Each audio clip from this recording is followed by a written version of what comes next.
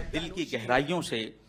ہندوستان، ہندوستانی جمہوریت اور ہندوستانی آئین، کانسٹیٹیوشن آف انڈیا کو تہہ دل سے سلام کرتا ہوں۔ یہ میں نے جو تصویر لگائی ہے پرائم منسٹر مودی کی اور محمد بن سلمان صاحب کی، اٹ مینز کہ ان کو لیڈرشپ پہ ٹرسٹ تھا، ان کو فورن منسٹر پہ ٹرسٹ تھا، اس کو پرائم منسٹر پہ ٹرسٹ تھا کہ بھائی یہ جو باتیں کر رہے ہیں یہ صحیح کر رہے ہیں۔ اسی کے ساتھ اب ایک اور خبر یہ بھی سامنے آئی ہے کہ یو اے ای کا بھی وہ دورہ کرنے لگے ہیں اسی کے بعد فوراً۔ اور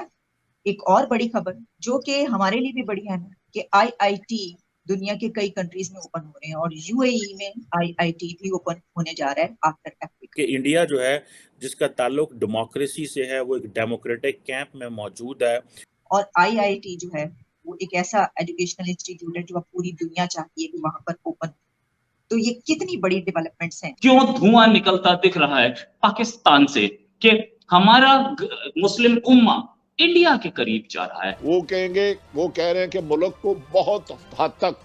تباہ کر دیا گیا ہے، گروی رکھ دیا گیا ہے۔ اس میں دنیا یہ دیکھ رہی ہے کہ ان 10 ایئرز انڈیا کہاں کھڑا ہوگا، وہاں کا ہم کہاں کھڑے ہیں۔ اور میں ہندوستان کی اس فلسفی کو، اس حکمت کو بھی احترام پیش کرتا ہوں جس نے پوری دنیا کو ہارمنی اور سوہارد کا میسج دیا ہے۔ اسی کے ساتھ اب ایک اور خبر یہ بھی سامنے آئی ہے کہ یو اے ای کا بھی وہ دورہ کرنے لگے ہیں اسی کے بعد فوراً۔ اور ایک اور بڑی خبر جو کہ ہمارے لیے بھی بڑی اہم ہے کہ آئی آئی ٹی دنیا کے کئی کنٹریز میں اوپن ہو رہے ہیں اور یو اے ای میں آئی آئی ٹی بھی اوپن ہونے جا رہا ہے آفٹر افریقہ۔ آپ سے یہ پوچھنا چاہوں گی کہ یہ ایک تو یہ کہ فرانس کا دورہ آ رہا ہے، امریکہ کے بعد ایک اور بڑا دورہ ان کا نظر آ رہا ہے،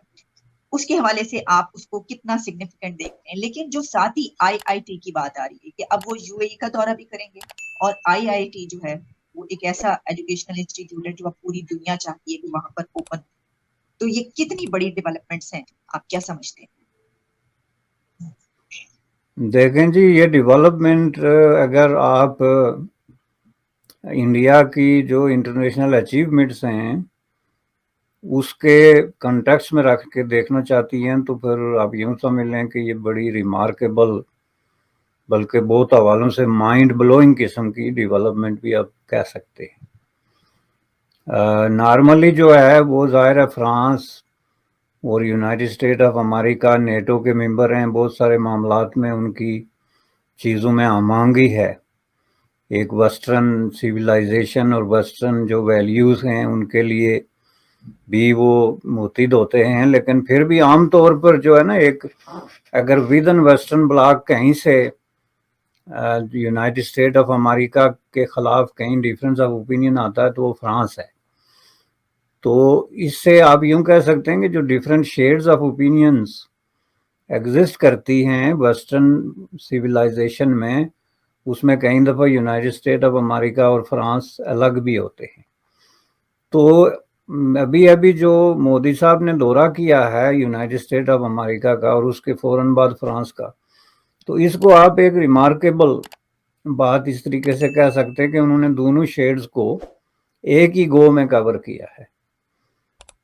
یہ اس کو آپ کو ماننا پڑے گا۔ اب اس پہ جو ہے وہ قطعاً کوئی اگر بڑے سے بڑا مخالف بھی جو ہے وہ نہیں مانتا ہے تو وہ کمینگی جس کو کہتے ہیں نا پنجابی میں، کمینگی کا اظہار ہے، تو یہ آپ کو ماننا پڑے گا۔ تو اس حساب سے جو پروٹوکول یا سپیس ان کو دی گئی ہے یونائٹڈ اسٹیٹ آف امریکہ میں دورے کے دوران،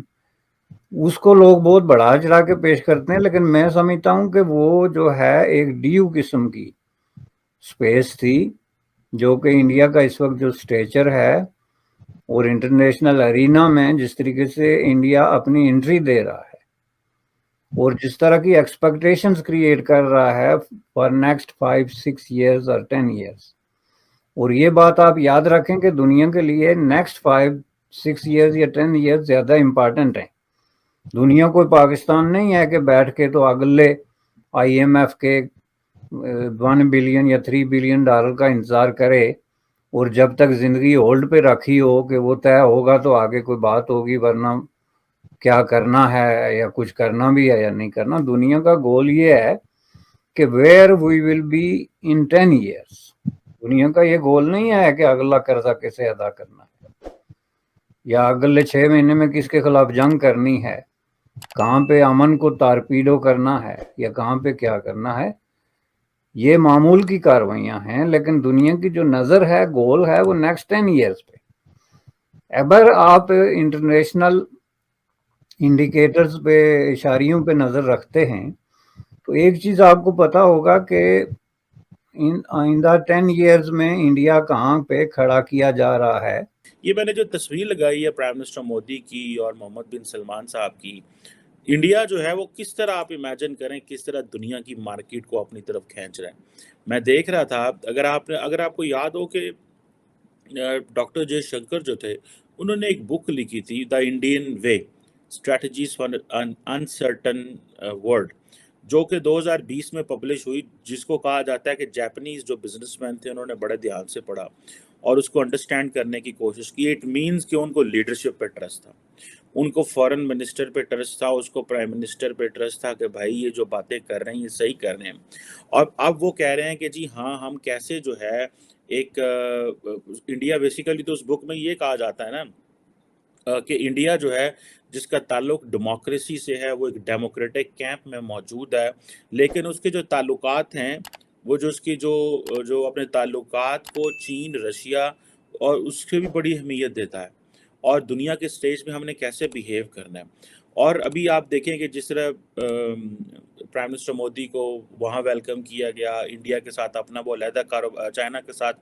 وہ علیحدہ کاروبار کر رہے ہیں، سو انہوں نے اپنے آپ کو یہ نہیں رکھا ہوا کہ choice between U S and China اور رشیا، انہوں نے بڑی پریگمیٹک اپروچ جو ہے وہ انڈیا نے اپنائی، اور آج وہ دیکھ لیں